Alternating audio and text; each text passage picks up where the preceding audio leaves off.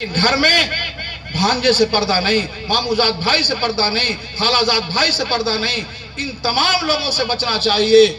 تو اللہ کے نبی علیہ السلام نے بار بار تاکید فرمائی ہے۔ نبی کریم صلی اللہ علیہ وسلم کی ایک لمبی حدیث ہے، اس میں 4 باتیں ہیں جو میں بتا کر کے اپنی بات کو مکمل کرنا چاہوں گا۔ اے عورتوں تمہیں بشارت ہو، اے عورتوں تمہیں خوشخبری ہو۔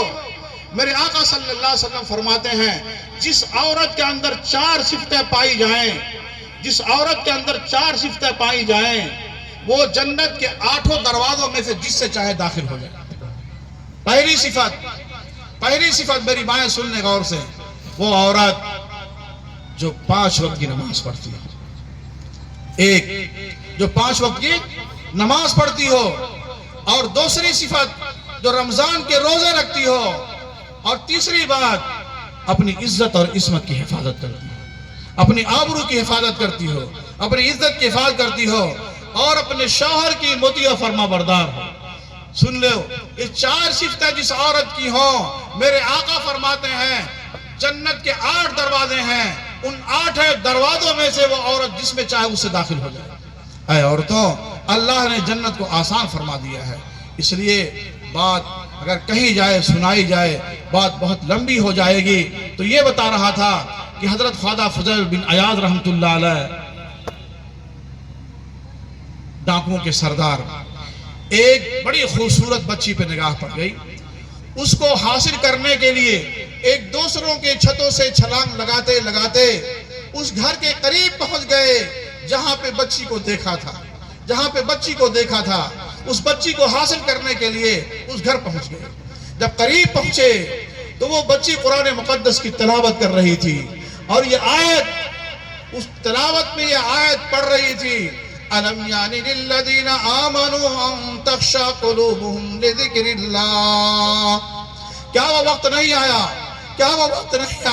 کہ ایمان والوں کے دل اللہ کے خوف سے دہل جائے، کبھی طاری ہو جائے، لرزہ طاری ہو جائے۔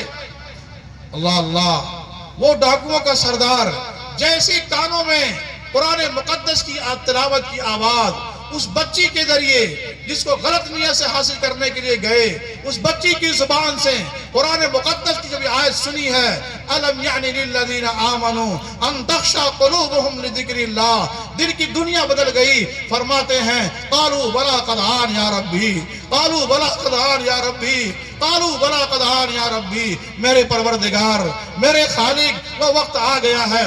علماء لکھتے ہیں اس کے بعد جتنا مال لوٹا تھا سب واپس کر دیا، اور اپنی زندگی سے ایسی توبہ کی 40 سال تک کبھی آسمان کی طرف نگاہ اٹھا کے دیکھا نہیں، آنکھوں کا آنسو بند نہیں ہوا۔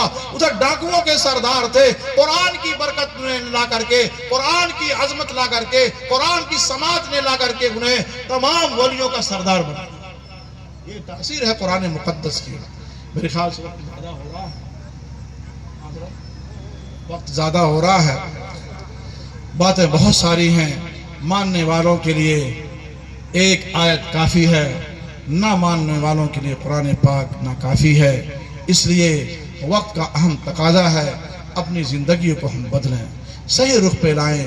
ملک کے حالات ہمیں بتا رہے ہیں، ہم اور آپ، اس پورے ملک کی عوام ایک زنجیر کی طرح جکڑے ہوئے تھے، ہندو، مسلم، سکھ، عیسائی، ہم سب بھائی تھے۔ بدقسمتی سے ہمارے ملک کو کسی کی نظر لگ گئی، آج ہمارا ملک عصبیت کا شکار ہو گیا ہے۔ بغیر ہندوؤں کے یہ ملک نہیں رہ سکتا ہے، بغیر مسلمانوں کے ملک نہیں رہ سکتا ہے۔ جہاں ہندوؤں کی ضرورت ہے وہیں مسلمانوں کی ضرورت ہے۔ ہمارے اور آپ کے آقا نے بار بار تاکید فرمائی ہے، اس مسلمان کے لیے جائز نہیں ہے کہ پیٹ بھر کے کھا کر کے سوئے، اس کا پڑوسی بھوکا رہے۔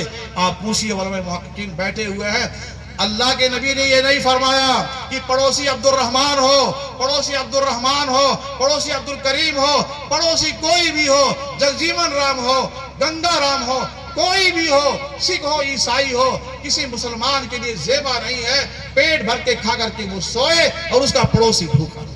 اس لیے میرے پیارو، ہم ہمیشہ اپنے اخلاق کو، اپنے کردار کو امام